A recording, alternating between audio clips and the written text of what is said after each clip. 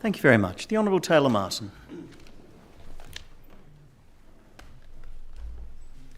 Thank you, Mr. President. This afternoon I pay tribute to John Fagg, a former Cessnock City Councillor and my friend who died peacefully at home in January after a long battle with illness.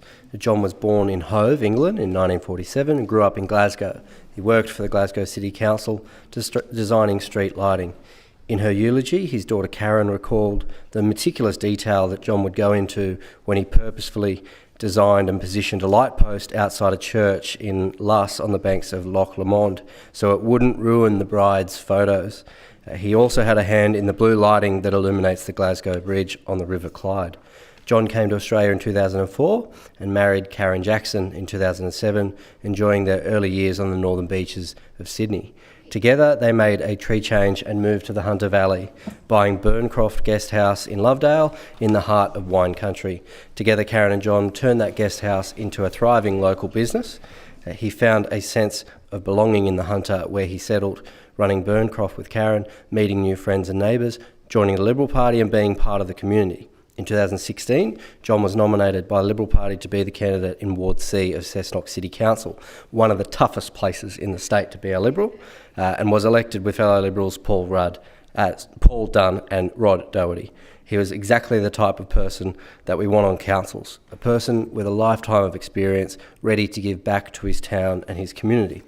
His wife Karen told me that he enjoyed his time on council and committed himself to his position like he did everything else in life. He was committed to making his community better within the confines of the restrictions of local government, and he did it as well.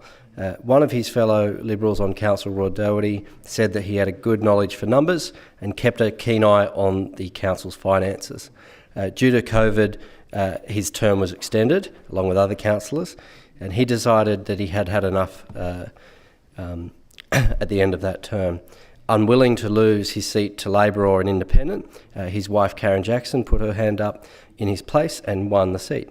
Karen said she had the best mentor who was more than willing to help her jump through the hoops and the hurdles of local council. When she came home with the council papers, he pored over them as if they were his council papers from the previous term, explaining and guiding all along. He may have only been a councillor in name for 5 years, but Cessnock City Council and the ratepayers gained from his wisdom, expertise and experience for 8. I pay my condolences to his wife Karen Jackson, his children Karen and Graham, his grandchildren Andy and Toby, as well as his many friends in the Hunter and from further afar. Valet Councillor John Fagg.